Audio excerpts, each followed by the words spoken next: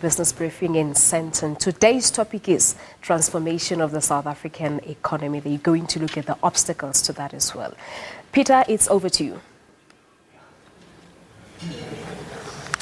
Panelist, thank you very much indeed, and a very good morning to all of you at home, wherever you may be watching across South Africa and indeed across the continent. Welcome. We're in Sandton, just north of Johannesburg today, and this is the place where the latest in the series of New Age business briefings brought to you by the SABC is taking place.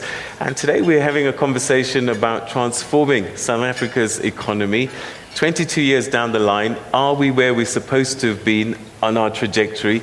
And if not, what are some of the obstacles that are still in the way that perhaps can be game-changing, that we can employ to create the kind of economy that's going to make sure that all South Africans are included, all South Africans are able to participate, and also that there's a shift in the balance in terms of who's running the economy, who actually owns the economy.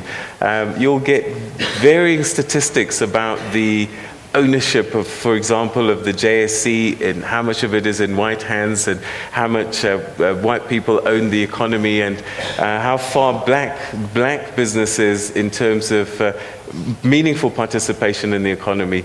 Whatever those statistics are, what we know for certain is that there's a huge disparity, and that is playing out again also in the lives of ordinary South Africans. The inequality gap in South Africa is one of the highest in the world, and we need to fix that.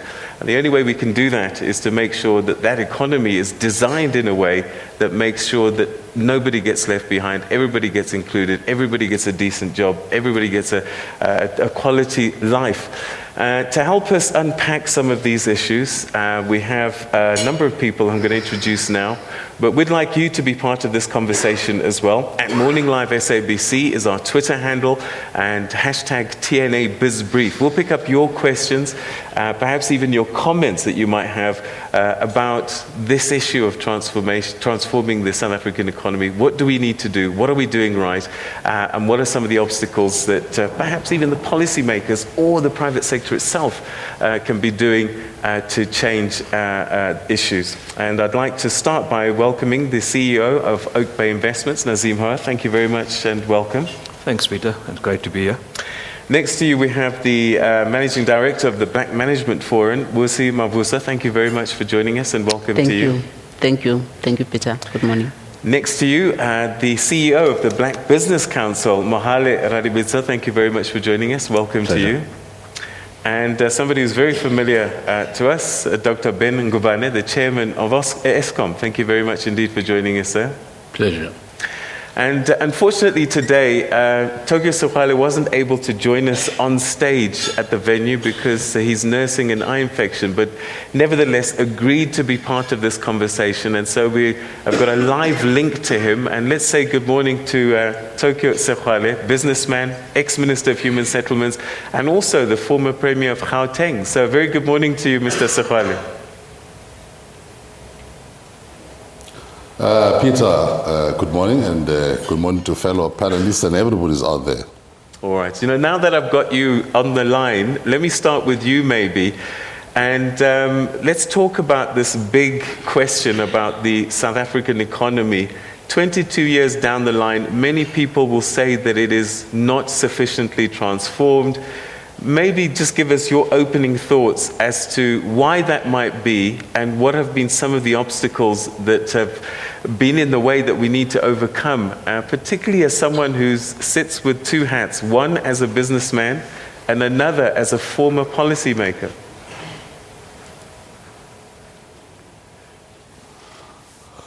Well, thanks for giving us the opportunity to be part of this discussion.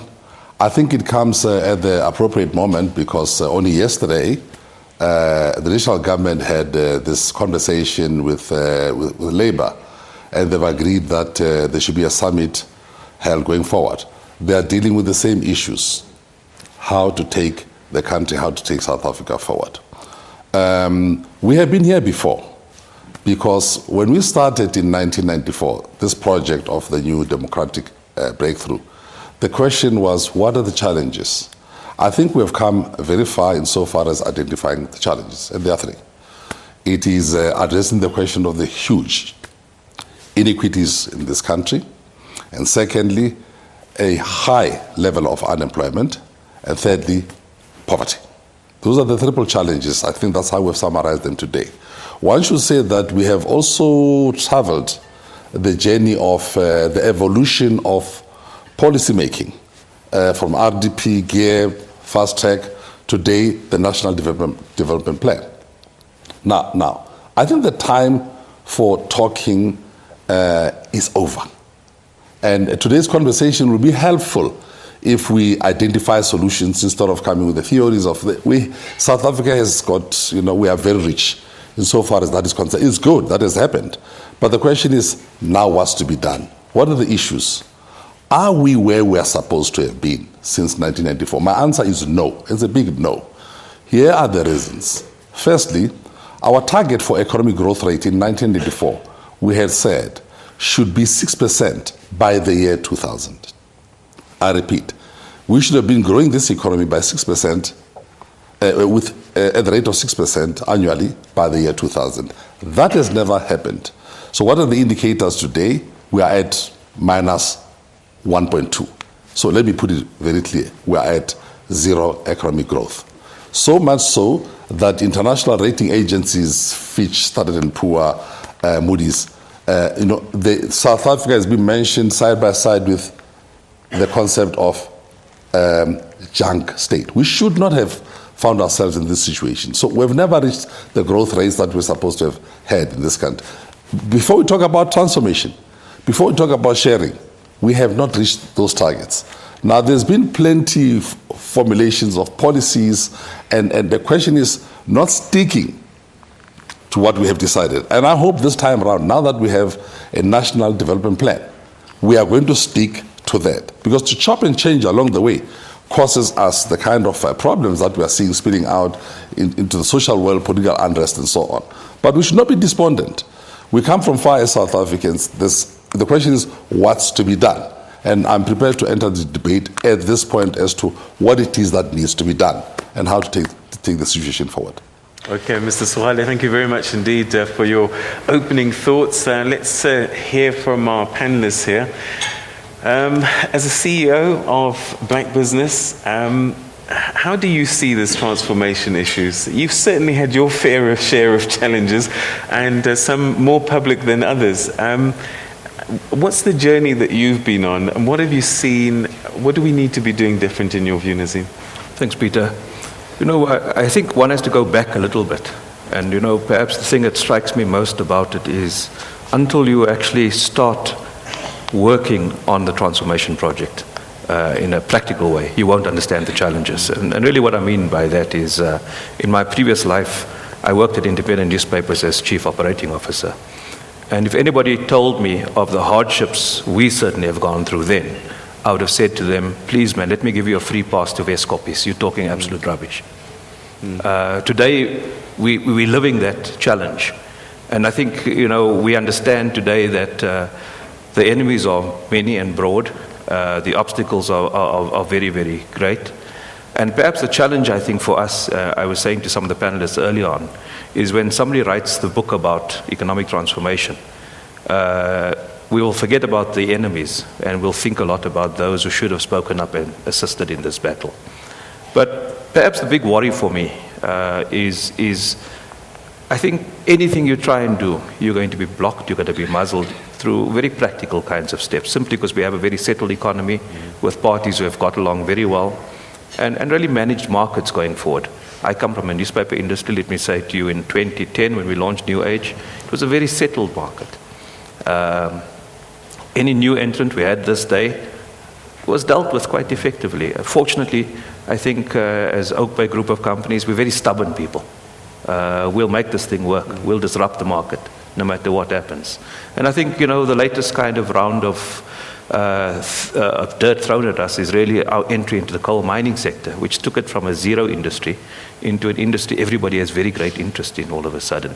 I think it's brought a lot of transparency to the industry, which is very, very good. And perhaps the troubles we're going through now will make it easier for others to follow and join us. And we hope that many more black entrepreneurs come into the sector and really revolutionize those sectors. So I think it really, the obstacles for me, I think, is the settled market and almost a willingness to be bloody-minded in challenging the existing paradigms. So status quo, there's interests that are saying, let's keep things as they are, we can't afford to change things. All right, let me turn to you, Busi, at the Black Management Forum, and I think one of the keys for you, because we talk about entrepreneurs and we talk about people owning businesses, but you can be an entrepreneur managing some of these listed companies, some of these big corporations. And one of the challenges that we've had over time is there's not enough black talent coming through.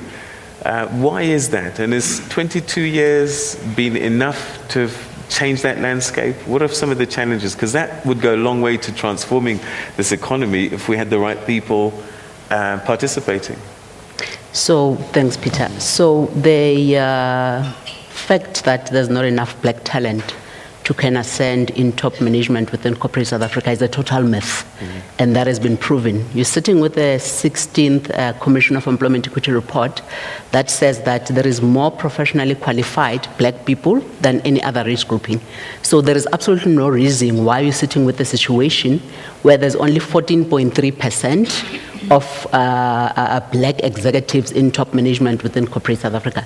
So the reason why the picture is still the way it looks in corporate South Africa at the time is because corporate South Africa is just not interested in this transformation story.